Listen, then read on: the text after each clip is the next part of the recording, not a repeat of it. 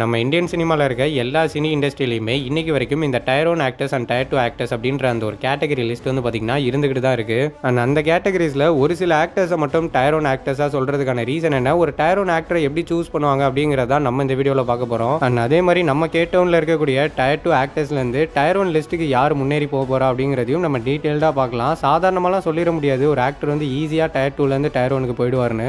ஒரு இண்டஸ்ட்ரியில் இருக்கக்கூடிய டயர் 2 ஆக்டர் டயர் 1 லிஸ்ட்டுக்குள்ளே போகணும் அப்படின்னா அதுக்கு நிறைய விஷயங்கள் தேவை. முதல்ல அவருக்கு ஒரு வேர்ல்டு வைடான ரீச் தேவை. அண்ட் அதே மாதிரி அவருடைய படங்களுக்கு ஒரு நல்ல மார்க்கெட் வேல்யூ இருக்கணும். அண்ட் அதே மாதிரி ஆஃப்லைன்லையும் சரி ஆன்லைன்லையும் சரி நிறைய ரெக்கார்ட்ஸ் வந்து அவருடைய படங்களுக்கு இருக்கணும். குறிப்பாக வந்து அவருடைய படங்கள் நிறைய கலெக்ஷன்ஸ் வந்து கொடுக்கணும். ஸோ அப்படி இருந்தால் மட்டும்தான் ஒரு டயர் 2 ஆக்டரால் டயர் 1 லிஸ்ட்குள்ளே ஈஸியாக போக முடியும். அண்ட் அந்த மாதிரி நம்ம கேட்டோம்ல நிறைய டயர் 2 ஆக்டர்ஸ் இருக்காங்க. ஸோ அவங்களால வந்து டயர் 1 லிஸ்ட்குள்ளே வந்து ஈஸியாக போக முடியுமா இல்லையாங்கிறத நம்ம டீட்டெயில்டாக பார்க்கலாம். ஃபஸ்ட்டு எல்லா இண்டஸ்ட்ரியிலையுமே நிறைய பெரிய ஆக்டர்ஸ் இருப்பாங்க. அவங்கள பெரிய ஆக்டர்ஸ்னு சொல்கிறதுக்கான ரீசன் என்னென்னா அவங்க எல்லாருமே நிறைய படங்கள் வந்து பண்ணியிருப்பாங்க. ஸோ அந்த படங்கள் எல்லாமே பெரிய கலெக்ஷன்ஸ் வந்து பண்ணியிருக்கும். அவங்களுக்கு நிறைய ஃபேன் பேஸ் இருக்கும். அந்த ஒரு ரீசன்னால தான் அவங்கள வந்து பெரிய நடிகர்கள்னு சொல்கிறாங்க.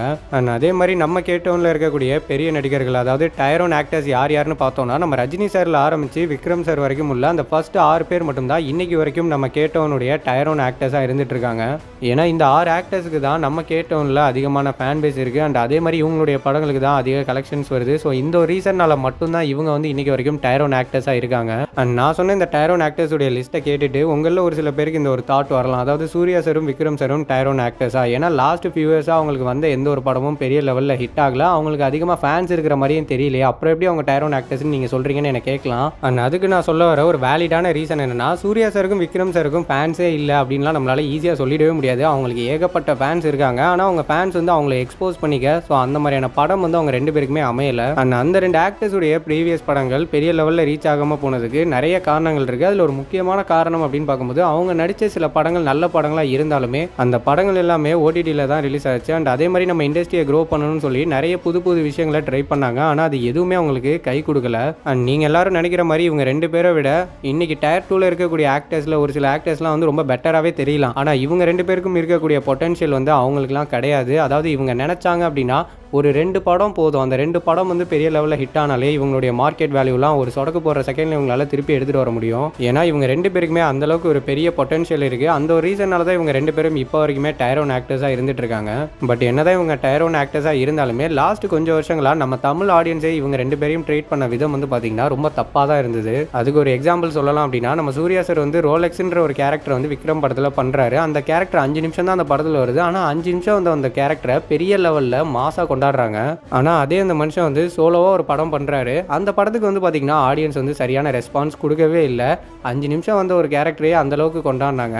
ஆனால் அடுத்தது சோலோவாக ஒரு படம் பண்ணும்போது அவரை கொண்டாட மறந்துடுறாங்க. அதுக்கு நிறைய காரணங்கள் இருக்குது. அந்த ஆக்டருடைய டைரக்ஷன் காம்போங்கிறது ஒன்று இருக்குது தான், நான் இல்லைன்னு சொல்ல மாட்டேன். அதுக்கு அந்த படமும் நல்லா இருக்கணும். பட் அந்த படம் நல்லா இல்லைன்னா அந்த படம் நல்லா இல்லைன்னு சொன்ன ஆளுங்களை விட சூர்யா சாரை பர்சனலாக திட்டி கலாச்சவங்க தான் அதிகம். ஸோ அந்த மனுஷனை எப்படி கலாய்க்க மனசு வருதுன்னே தெரில. ஒரு 10 வருஷத்துக்கு முன்னாடி அவருடைய படங்களை தான் எல்லாருமே பார்த்து பயங்கரமாக என்ஜாய் பண்ணிட்டு இருந்தோம். ஆனால் இன்றைக்கி ஒரு சில படங்கள் அவருக்கு சரியாக போகல அப்படின்னோடனே அவரை வந்து ரொம்ப கீழ்த்தரமாக வந்து பார்த்திங்கன்னா பேசிகிட்டு இருக்காங்க. இவ்வளோ ஏன் நம்ம சூர்யா சாரை கூட ஒரு சில ரீல்ஸ்லேயோ மீம்ஸ்லேயோ வந்து பார்த்திங்கன்னா சேர்த்துக்கிறாங்க. அட்லீஸ்ட் அவரை ட்ராலாவது பண்ணுறாங்க. ஆனால் நம்ம விக்ரம் சாரெல்லாம் வந்து பார்த்திங்கன்னா அவங்க ஒரு மீம்ஸ் ரீல்ஸில் கூட சேர்த்துக்கிறது இல்லை. எனக்கு அதுதான் பெரிய மனசு கஷ்டமாக இருக்குது. ஸோ நம்ம விக்ரம் சாரெல்லாம் ட்ரோல் பண்ணாமல் இருக்கிறது நல்ல விஷயம் தான். ஏன்னா அவரை யாருமே ஹேட் பண்ணலை, அவரை எல்லாருக்குமே பிடிக்குது. பட் இருந்தாலுமே ஒரு சில மீம் பேஜஸ்லாம் இருக்காங்க. அவங்களாம் வந்து நம்ம கோலிவுட் சம்மந்தமாக ஏதாவது மீம்ஸோ ரீல்ஸோ போட்டால் கூட இந்த மனுஷனை வந்து ஈஸியாக வெளில எடுத்துடுறாங்க. இவரை எடுத்துட்டு ஸோ இவர் இருக்க வேண்டிய இடத்துல வந்து ஒரு சில யங் ஆக்டர்ஸை எடுத்துகிட்டு வந்து வச்சிடறாங்க. அந்த ஒரு விஷயம் மட்டும்தான் எனக்கு இப்போ வரைக்கும் புரியவே இல்லை. நம்ம இண்டஸ்ட்ரியை க்ரோ பண்ண ஒரு பெரிய ஆக்டர், ஒரு டாப் பொசிஷனில் இருக்கக்கூடிய ஆக்டர், இப்போ ரீசெண்ட் டைமாக அவருக்கு ஒரு சில படங்கள் சரியாக போகலன்னு அவரை ஈஸியாக அந்த லிஸ்ட்லேருந்து எடுத்துறானுங்க. நம்ம ஆடியன்ஸ் எல்லாருமே இந்த 2 ஆக்டர் மேலேயும் எவ்வளோ வேணாலும் நெகட்டிவ்ஸை ஸ்ப்ரெட் பண்ணட்டும். ஆனால் இவங்க ஏன் டயர் 1 ஆக்டர்ஸாக இருக்காங்கிறத ப்ரூவ் பண்ணுறதுக்கு 2 படங்கள் போதும். கண்டிப்பாக எல்லாருமே வந்து புரிஞ்சுப்பாங்க இவங்க ஏன் டயர் 1 ஆக்டர்ஸாக இருக்காங்கிறத. அதுக்கு ஏற்ற மாதிரி அந்த 2 ஆக்டர்ஸுடைய அப்கமிங் லைனப்ஸ்லாம் வேற லெவலில் இருக்குது. குறிப்பாக அந்த டேரக்டர் காம்பினேஷன்ஸ்லாம் வெறித்தனமாக இருக்குது. ஸோ பார்க்கலாம் விக்ரம் சாரும் சூர்யா சாரும் அவங்களுடைய பொசிஷன்ஸை வந்து ஹோல்ட் பண்ணி வைக்கிறாங்களா, அவங்க டயர் 1 ஆக்டர்ஸாகவே இருக்காங்களா இல்லையாங்கிறத. ஏன்னா இந்த வருஷம் வந்து ரொம்ப முக்கியமான ஒரு வருஷம். ஏன்னா இந்த டயர் 2ல இருக்கக்கூடிய சில முக்கியமான நடிகர்களுக்கும் பெரிய எக்ஸ்பெக்டேஷன்ஸோட சில பெரிய படங்கள் ரிலீஸ் ஆகுது. மேபி அந்த படங்கள் கிளிக் ஆச்சு அப்படின்னா அவங்கலேருந்து யாராவது ஒருத்தர் வந்து இந்த டயர் 1 ஆக்டர்ஸாக முன்னேறி வரதுக்கான வாய்ப்புகளும் இருக்குது. ஸோ டயர் 2 ஆக்டர்ஸுடைய லிஸ்ட்டில் இருந்து டயர் 1க்கு முன்னேறதுக்கு அதிக பொட்டன்ஷியல் யாருக்கு இருக்குது அப்படின்னா நம்ம எஸ்கேக்கும் தனுஷ் சாருக்கும் மட்டும்தான் இருக்குது. ஏன்னா நம்ம எஸ்கேவுடைய க்ரோத் எல்லாம் ரீசெண்ட் டைமில் வந்து ரொம்ப பயங்கரமாக இருக்குது. அவர் சினிமாக்குள்ளே வந்து ஒரு 15 வருஷம் கூட ஆகலை, அதுக்குள்ளே வந்து பார்த்தீங்கன்னா டயர் 1 பொசிஷனுக்கு போகிற லெவலுக்கு வந்து முன்னேறிட்டாரு. ஸோ நம்ம எஸ்கே எந்த அளவுக்கு ஹார்ட் ஒர்க் பண்ணி இந்த லெவலுக்கு வந்திருக்காருங்கிறது நம்ம எல்லாருக்குமே நல்லாவே தெரியும். ஏன்னா நம்ம இந்தியன் சினிமாவில் ஒரு சில லாட்ரி ஸ்டார்ஸ்லாம் இருக்காங்க. 1-2 படங்கள் பெரிய லெவலில் ஹிட் ஆகிட்டு ஒரு பெரிய பேன் இண்டியா ஹீரோவாக மாறிடுவாங்க.